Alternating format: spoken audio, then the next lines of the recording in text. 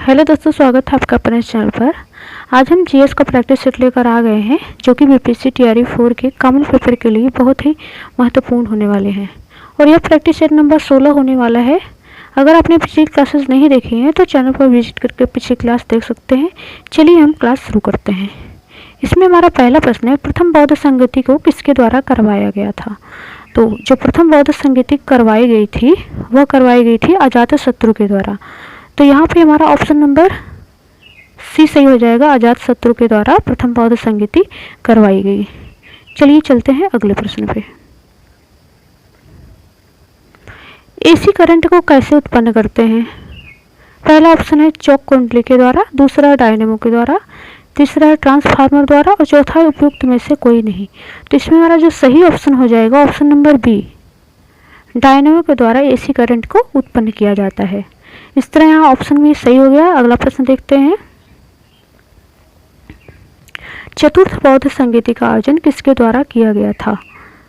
तो जो चतुर्थ बौद्ध संगति का आयोजन किया गया था वह किया गया था कनिष्क के द्वारा कुंडलवन कश्मीर में। तो यहाँ पे हमारा ऑप्शन बी सही हो जाएगा, कनिष्क।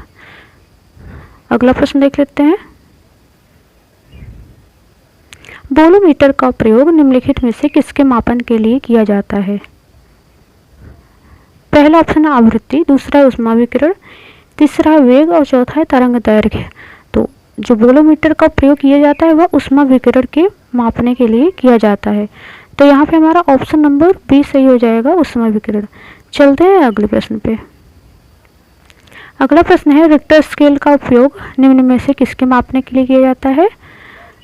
तो जो रिक्टर स्केल का उपयोग किया जाता है वह भूकंप की तीव्रता को मापने के लिए किया जाता है।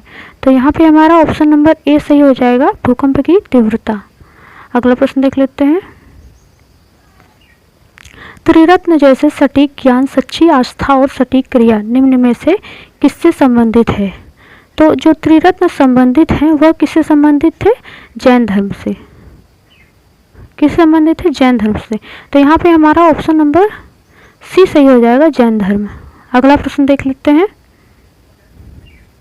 निम्न में से किस ऊर्जा परिवर्तन में घर्षण बल शामिल होता है। तो जो घर्षण बल शामिल होता है वह होता है गतिज ऊर्जा से ऊष्मा ऊर्जा, यानी ऑप्शन नंबर ए यहाँ पे सही हो जाएगा, गतिज ऊर्जा से ऊष्मा ऊर्जा। अगला प्रश्न देख लेते हैं, दंडकारण्य क्षेत्र किस राज्य में स्थित है। पहला ऑप्शन है उड़ीसा, दूसरा है छत्तीसगढ़, तीसरा है आंध्र प्रदेश और चौथा है उपरोक्त में से सभी। तो यहाँ पर हमारा जो सही आंसर हो जाएगा ऑप्शन नंबर डी सही हो जाएगा, उपरोक्त में से सभी।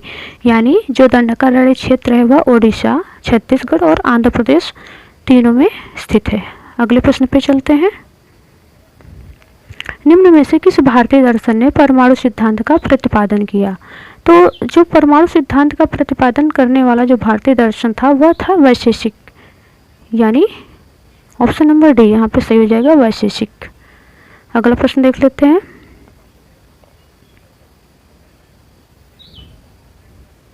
निम्न में से कौन न्यूटन के गति के तीसरे नियम का उपयोग करता है। तो जो न्यूटन के गति के तीसरे नियम का प्रयोग करने वाला जो है वह अंतरिक्ष रॉकेट है, यानी ऑप्शन नंबर बी यहाँ पे सही हो जाएगा, अंतरिक्ष रॉकेट, क्रिया प्रतिक्रिया का नियम। अगले प्रश्न पे चलते हैं, फुटबॉल के खेल में एक गोलकीपर फुटबॉल को गोल में पकड़ने के बाद अपने हाथों को पीछे की ओर खींचता है। यह गोलकीपर को किस प्रकार सक्षम बनाता है। तो यह गोलकीपर को संवेग परिवर्तन की दर को कम करने में सक्षम बनाता है, यानी यहाँ पे ऑप्शन नंबर ए सही हो जाएगा। अगला प्रश्न देख लेते हैं, भारत के पूर्वी तटीय मैदान के दक्षिणी भाग को क्या कहते हैं। तो जो भारत के पूर्वी तटीय मैदान का दक्षिणी भाग है उसको बोलते हैं कोरोमंडल तट, यानी ऑप्शन नंबर बी यहाँ पे सही हो जाएगा, कोरोमंडल तट। अगला प्रश्न देख लेते हैं, निम्न हिमालय पर्वत श्रेणी में से किस पर्वत श्रेणी को अटल टनल पार करती है। तो जो अटल टनल पार करने वाली है वह पर्वत श्रेणी कौन सी है, वह है पूर्वी पीर पंजाल, यानी ऑप्शन नंबर डी यहाँ पे सही हो जाएगा। अगला प्रश्न देख लेते हैं, मिकिर पहाड़ियाँ किस राज्य में है? तो जो मिकिर पहाड़ियाँ हैं वह हैं मेघालय राज्य में, यानी ऑप्शन नंबर सी यहाँ पे सही हो जाएगा, मेघालय। अगला प्रश्न देखते हैं। एक बस सीधे रास्ते पर चल रही है और अचानक दाएं ओर एक तेज मोड़ लेती है, तो बस में बैठे यात्री किस तरफ झुकेंगे? तो जो बस में बैठे हुए यात्री हैं वह बाईं ओर झुक जाएंगे, यानी ऑप्शन नंबर सी यहाँ सही हो जाएगा, बाईं ओर झुकेंगे। अगले प्रश्न पे चलते हैं। आघात और प्रत्याघात के बल क्या होते हैं? आघात और प्रत्याघात के बल जो होते हैं वो हमेशा समान और विपरीत दिशा में होते हैं, यानी ऑप्शन नंबर सी यहाँ पे सही हो जाएगा, हमेशा समान और विपरीत दिशा। अगला प्रश्न देख लेते हैं। जवाहर सुरंग का निर्माण निम्न में से किस दर्रे के अंतर्गत किया गया है? तो जो जवाहर सुरंग का निर्माण किया गया है वह किया गया है बनिहाल दर्रे के अंतर्गत, तो यहाँ पे ऑप्शन नंबर बी सही हो जाएगा, बनिहाल। अगला प्रश्न देखते हैं। मारवाड़ राज्य के किस भाग में है? मारवाड़ राजस्थान के किस भाग में है? तो यहाँ पे जो मारवाड़ है वह राजस्थान के पश्चिमी भाग में है, तो ऑप्शन नंबर ए यहाँ पे सही हो जाएगा, पश्चिमी। अगला प्रश्न देखते हैं। तृतीय बौद्ध संगीति कहाँ आयोजित हुई थी? तो जो तृतीय बौद्ध संगीति आयोजित हुई थी वह हुई थी पाटलिपुत्र में, तो यहाँ पे ऑप्शन नंबर ए सही हो जाएगा, पाटलिपुत्र। अगला प्रश्न देखते हैं। प्रथम बौद्ध महासभा कहाँ आयोजित हुआ था? तो जो प्रथम बौद्ध महासभा आयोजित हुई थी वह हुई थी राजगृह में, ऑप्शन नंबर बी यहाँ सही हो जाएगा, राजगृह। नेक्स्ट क्वेश्चन पे चलेंगे। पर्वतीय भू आकृति का अधिकतम प्रतिशत किस राज्य के भौगोलिक क्षेत्र का है? तो यहाँ पे जो सही ऑप्शन है हमारा, ऑप्शन नंबर ए सही हो जाएगा, सिक्किम। सिक्किम के पास सबसे अधिक पर्वतीय भू क्षेत्र है। अगले प्रश्न पे चलते हैं। दक्कन ट्रैप पठार का गठन किस काल में हुआ था?